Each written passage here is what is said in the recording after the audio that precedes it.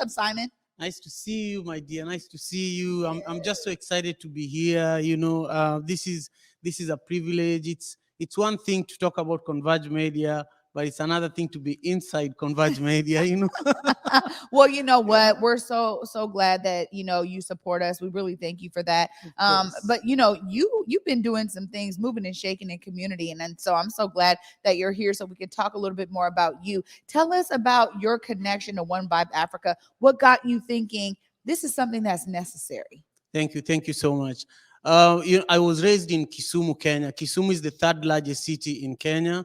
And in 2007, we had an election, a national election, similar to when Trump and Hillary were competing with each other. And it was completely disputed, similar to the one here in the US when Joe Biden and Trump were competing against each other. But the case with Kenya, people started killing each other. The people that lost did not accept the defeat because it was stolen from them. And so people went on rampage for months. And so One Vibe Africa organized a concert to bring people together right after the violence. And since then, we've been producing events, bringing our community together, training young people how to mobilize and organize events with a similar purpose, inspiring each other, replacing guns with guitars and microphones.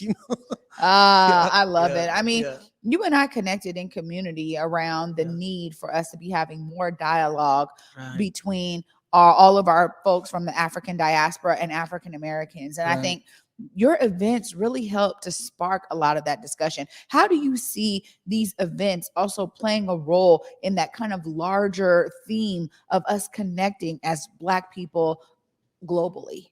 It's really important for us to have spaces where we can express ourselves, because if you look at music, for example, and arts, the Black nation worldwide, whether it's African Americans or Africans or Afro-Brazilians, music is one of the ways that we express ourselves the best, but also it's one of the values we bring to the world, And so these events allow us to express ourselves musically. For example, Madaraka Festival, bringing, African and African-American artists to perform on one stage, to produce an event together. It's challenging, but I think if we can do small things together, then we can even run countries together. Yeah, I agree with you wholeheartedly. I think sometimes it's the space of connectivity, but it's also that open opportunity for real dialogue, right? Across cultures, across us understanding that connection. But when you talk about, bringing all these artists together, I mean, this means that you have to have a really wide network, Simon. Yes. We talk about the fact that artistry oftentimes thinks it kind of has this backbone of family, right? And so we talk about it locally, internationally, but there's this idea that look, I got to know the right people. I got to know the players in this space in order to bring them to the forefront, because really the acts bring the audience. How do you deal with that and really organize these major events and concerts? That's a really good question. For me, first, I identify people that can mentor me in communities that I'm new in. For example, I just moved to Seattle in 2010, and one of the people that have always been on their case is Omari, who runs Converge Media. And I intentionally asked him, I want you to mentor me, So I feel that the way he treats me is to help me be able to run One Vibe and Madaraka Festival long term. In Kenya, I have Boniface Mwangi, who is one of the most awarded photographers in Africa. He's a journalist as well, and also a politician, and he mentors me as well. So I look for mentors who have done major things than myself, and I tell them my biggest challenges, and they give me, they guide me. But also, I just find ways of taking care of myself and training other people, knowing that this is a marathon. I can't do it on my own. I can't do it in 1 year or 2 years. But what is it that I can do to inspire you, so that when I can't do it, then you take it over and do it, and then pass it on to your kids, and we keep it in our community over over decades. Yeah, so I think so that's so important to our work. I mean, everything we do, I tell my sons all the time that, there's foundations being set for the torches to be passed. And True. sometimes we talk about it in American Black communities. I think a lot of folks are like, well, there was a generation that didn't really want to pass the torch. I was just having those conversations in community this weekend, and talking to younger people than myself who are now seeing me and saying, well, I need to learn from you. And I'm like, I'm still learning. But the idea is that we have to be able to pass that knowledge down is so key. But I also think too, honestly, Simon, you know about this. I mean, it comes from the original communities that we come from. We were really village mentality minded, right? Like that was how we moved. We understood everybody here has a role to play. And I think that really suits us well when we start to reconnect with those ideals. How do you feel now being here since 2010? The Seattle climate has changed a lot, but how has your childhood from Kenya really been able to kind of ground you here in Seattle? This is part of why I love African proverbs, because again, as you're saying, we are very village oriented people. One of the things that helped me ground myself in Seattle, even though I'm far from Kenya, is researching and compiling African proverbs and sharing it with people. Organizing African dinners, like for example, this Sunday and almost every Sunday we are doing them here in community. For example, at Kezira Cafe and at Cafe Avol. So I feel that is how I bring my childhood and myself fully to Seattle, sharing the depth of our culture, but also being willing to humble myself and know that I do need to learn something here. So for me, I just like you, I feel like I'm more of a student still about Seattle, and I feel like I'm on the right path because I feel like I'm talking to the right people, but it's going to take time. It's going to take time for us to have an impact, because for me, Seattle and Kenya are like the home base, but we want to have a global impact. We want our work to impact people in Belize, where you guys were. I saw the videos and I was just so inspired by everything you all do. Well, that really means a lot. And I know that you're really doing your part to also continue that inspiration. I mean, when you talk about Kenya, I was in Kenya for a while. I was in Mombasa. Yeah. And Mombasa is the sister city to Seattle. That's true. And the idea is that we have these opportunities to really close in on this large globe that we have to explore by having those kinds of connections as Mombasa, as our sister city. It's an opportunity for us to be able to build the bridges. So I love that you're doing that. And I see you now have a book here. You know what I mean? So now you put it in book form. Yes. Some of the things that you're working on and have done. Tell us about this book. So this book, it's called Rooted in Love. And this book is a collection of pictures from Seattle and from Kenya. It's a collection of stories from Seattle and Kenya primarily. And it's also, it has a fictional essay, a fictional story of a little girl that benefited from the work that I have been doing with One Vibe Africa since 2008, And if you look at this book, you'll find pictures of individuals like Yirim Sek, who grew up in the Central District. I went to Kenya with him a few years ago. We have stories of people like Njuguna Wagishuru, he lives in Skyway and is part of the first generation Kenyans in this region.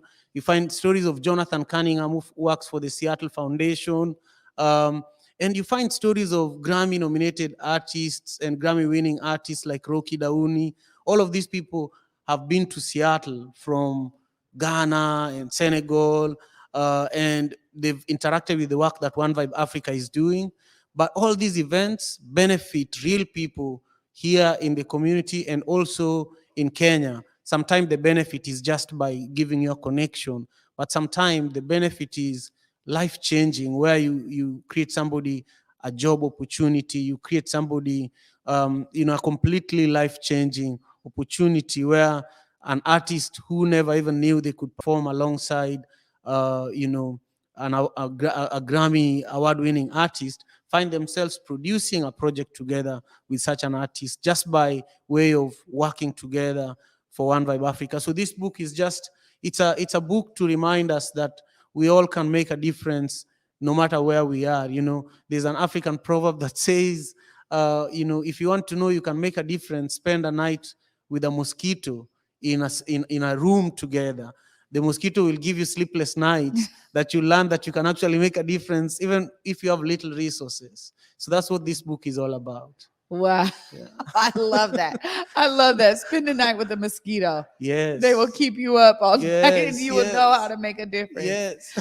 This is really, I'm so glad that you've been able to, create this book and really put the experiences of One Vibe Africa, as well as those stories. Grew up with Yidam. I know Jaguna. I mean, I love hearing, people's names that not only do I recognize, but I know them, and I know them to be good human beings out here doing great things with their lives and really inspiring others. I mean, I got to ask, because I think when I think about even the title of One Vibe Africa, right? The in name, it can mean so many different things. True. And, there is a lot of different groups out here that are working on, whether it's liberation from a global perspective, really looking at it locally and moving out globally, whether it is, housing insecurity or arts and culture. Clearly, One Vibe is really centered around these curated events. But what was it for you that made you say events are the way? Because I think that too, I've seen you do talks. You guys are doing other things as well. But tell us about how that spirals out from events to having other touch points in community. Right. Events bring people together. If you can bring people together, then you can mobilize people to do something, So behind the events, there's actually a mentorship program that is happening where we are teaching young people how to produce these events, because it's not easy to produce events. And outside of our community, people are being paid so much money to produce. Even this is an event. This show is an event, and there are people behind the cameras who are being paid a lot. We need more of our community members doing this kind of things daily, and getting out of the 9-to-5 grind, so that we have the time to build our own communities. So for me, the events allow us to teach young people how to produce events, how to produce content, how to convince their community members to show up. If you can show up for an event, you can show up for a rally.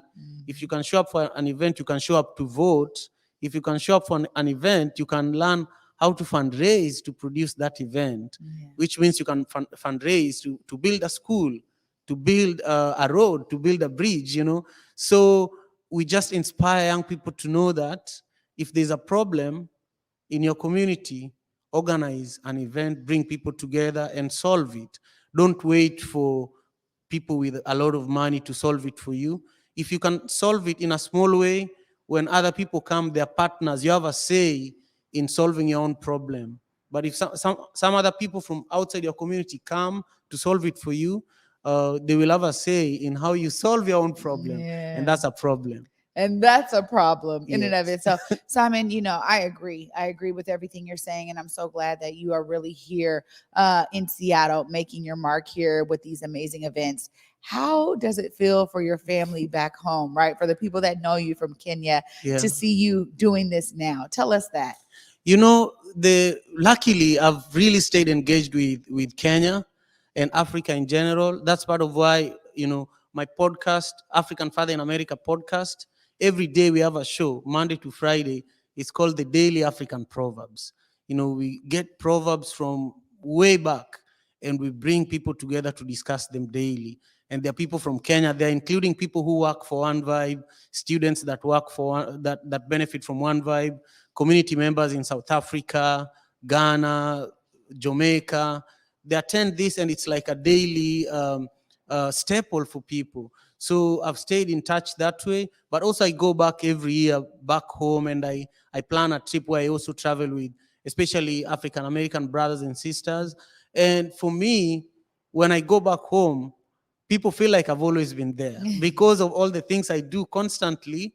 And I also involve people there I've organized for artists from there to be here, artists from Togo to be here in Seattle, from Nigeria. So if I go to Nigeria, they'll feel like I've always been there, you know. So for me, the goal is for all of us to find ways of engaging constantly with what's going on in the continent remotely, so that if you go there, you know, you can claim something. And all people can claim you, you know. I definitely got that. As soon as I touched down, I was somebody's daughter. Absolutely. And I was like, yes, I was here for it all. Right. And so I can't wait to go back. I'll be checking in with you because I want to take my sons. I mean, I think that that's something that when we start giving that experience to younger people, they really get to see themselves outside of this American context. And it was so eye-opening for me. And I was already an adult by the time I went. So I can only imagine that impact it has on children. Simon, before we finish, I was going to say one more thing. Go ahead. I want to make sure you know how amazing you are. Like I watch this show a lot, and I just want you to know that the work you do is truly appreciated, at least by me, who understands the sweat that goes into doing such things. And then lastly, I'll leave a few copies of Rooted in Love so that, you know, over the next few days, you guys can gift them to some of our community members. Thank you. Simon, thank you.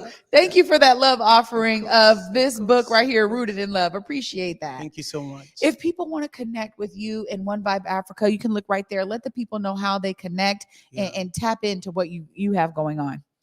The best way to connect with me personally is through my Instagram, which is at Okelo Javan. And also my website is simonjavanokelo.com. You know, and check out African Father in America podcast across all podcasting platforms. That's another way to listen to, you know, some of our thoughts and perspectives. Thank you so much. Simon, so glad that you could join us today here on the Morning Update Show. Thank you for the work you're doing. We definitely appreciate it. And I'm glad we were able to bring you here to make sure our audience knows about all the great things you have going on. Thank you. Thank you. Thank you so much.